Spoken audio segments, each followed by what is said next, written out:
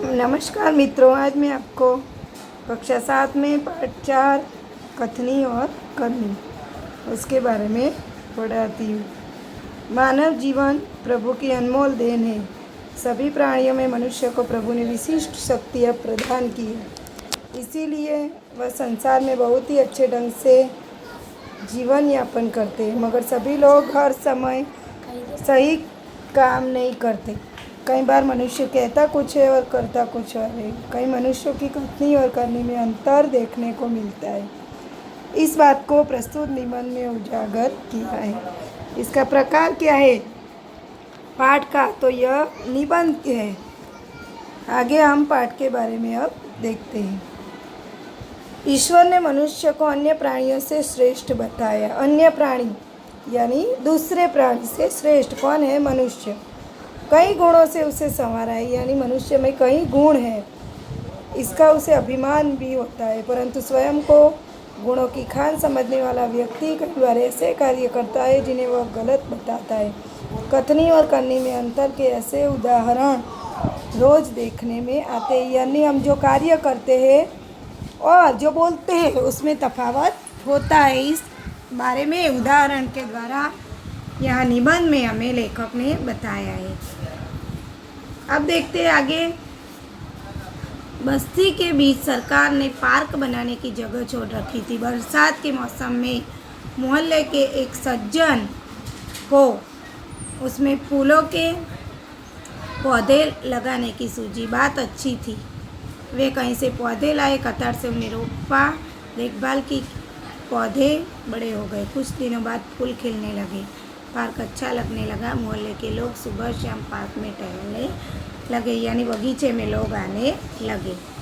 अब आगे फूल सबको अच्छे लगते। पार्क में लोगों के आने जाने से उन्हें यह लगा कि इन फूलों को तोड़कर ले जाएंगे। उन्होंने एक तख्ती के ऊपर यह लिखकर टांग दिया कि फूल तोड़ना मना है। उस व्यक्ति ने, सज्जन ने क्या किया, तख्ती बनाई। उसमें क्या लिखा? फूल तोड़ना मना है। आते जाते सब उसको पढ़ते।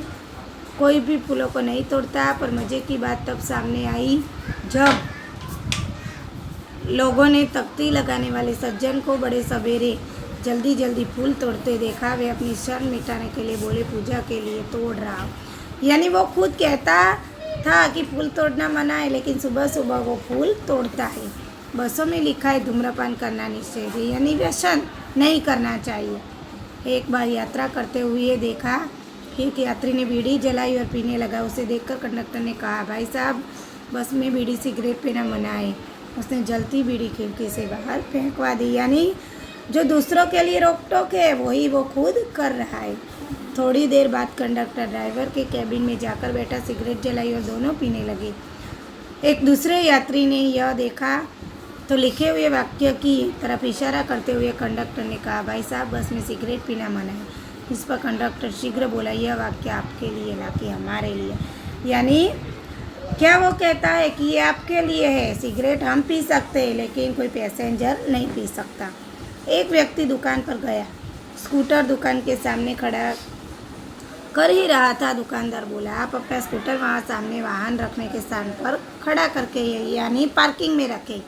सज्जन ने कहा, मुझे ज़्यादा समय तक थोड़े ही रुकना है, मैं तो सामान लेकर अभी चला जाऊंगा। दुकानदार ने बोला, पर दुकान के सामने बीच सड़क पर स्कूटर खड़ा रखना कोई ठीक बात नहीं, यानी आने जाने के लिए रास्ता नहीं बचता, इसीलिए उसने यह बोला होगा कि बीच में अपना साधन स्कूटर ना रखे।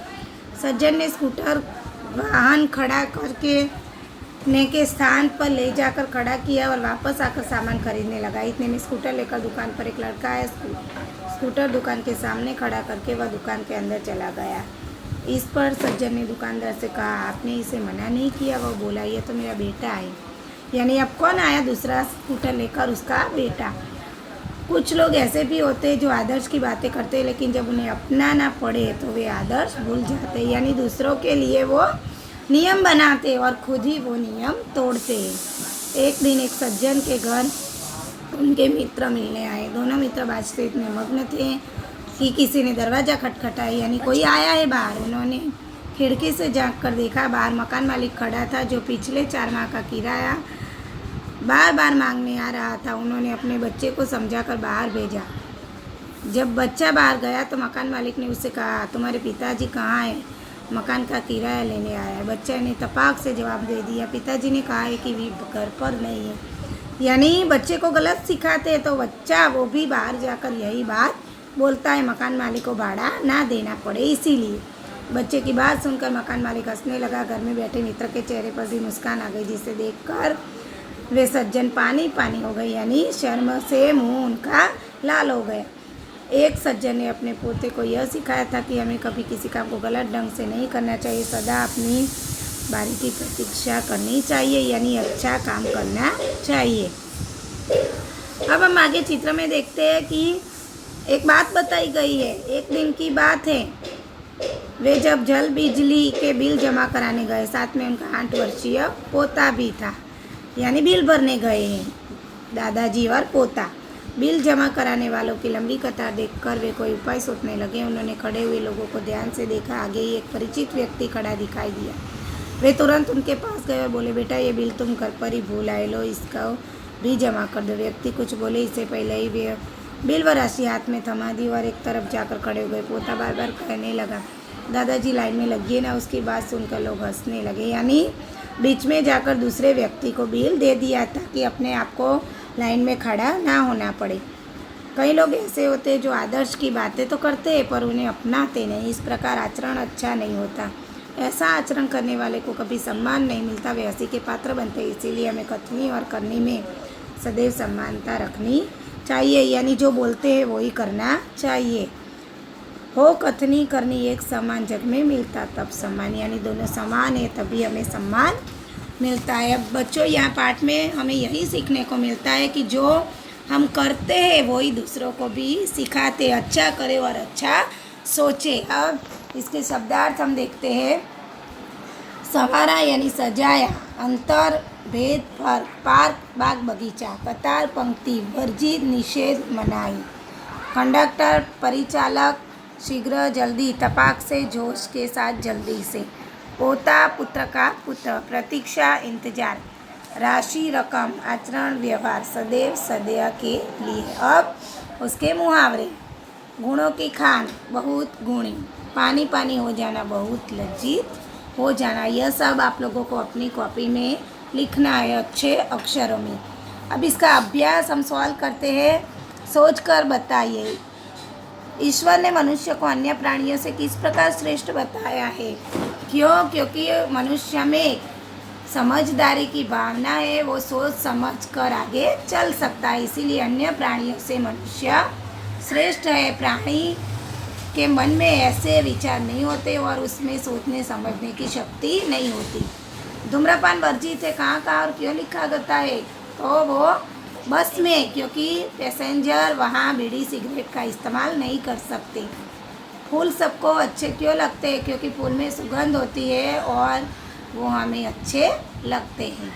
लोग कहाँ कहाँ कतार में खड़े रहते हैं? कतार यानी लाइन, तो लोग लाइट बिल भरने के लिए, फिर जल का बिल भरने के लिए, कोई दूसरा काम है तो ग्राम पंचायत में अलग अलग जगह पर लाइन में खड़े रहते हैं। अब प्रश्न 2 में क्या दिया है? विराम चिन्ह और उसके नाम से जोड़िए। अलग अलग चिन्हों को हमें पहचानना। पहला चिन्ह किसका है? तो वो प्रश्न सूचक है। फिर दूसरा क्या है? तो पूर्ण विराम। तीसरा क्या है? तो उद्गार चिन्ह। चौथा अल्प विराम है। फिर आगे योजक चिन्ह और आखिरी जो चिन्ह दिया है वो क्या है? विस्मय चिन्ह। अब आगे दूसरे में बॉम्बे हम देखते विराम चिन्ह का प्रयोग कीजिए। वो अपने पाठ में अब हमने ये सब विधान देखे। फूल तोड़ना मना है, वाह कितना सुंदर दृश्य है, बसों में लिखा है, धूम्रपान वर्जित है, धारा रात दिन पड़ती रहती है, पौधे बारिश में ही क्यों लगाए जाते। ये सब वाक्य हमें अपनी कॉपी में दिए हैं। उनमें से देखकर संज्ञा अरे क्या लगाना है, हमें विराम चिन्ह का प्रयोग करके हमें ये सब लिखना है। अब यहाँ तक रखते हैं और कल प्रश्न 3 और आगे का स्वाध्याय जो हमें दिया है अपनी कॉपी में हमें लिखना है, वो सब कल हम बारी बारी से सॉल्व करके अपनी कॉपी में हम अच्छी तरह अच्छे अक्षरों में लिखेंगे। बस बच्चों, यहाँ तक हमारा आज का वीडियो रहेगा। आप लोगों का आभार। कल दूसरे वीडियो के साथ हम मिलेंगे। नमस्कार।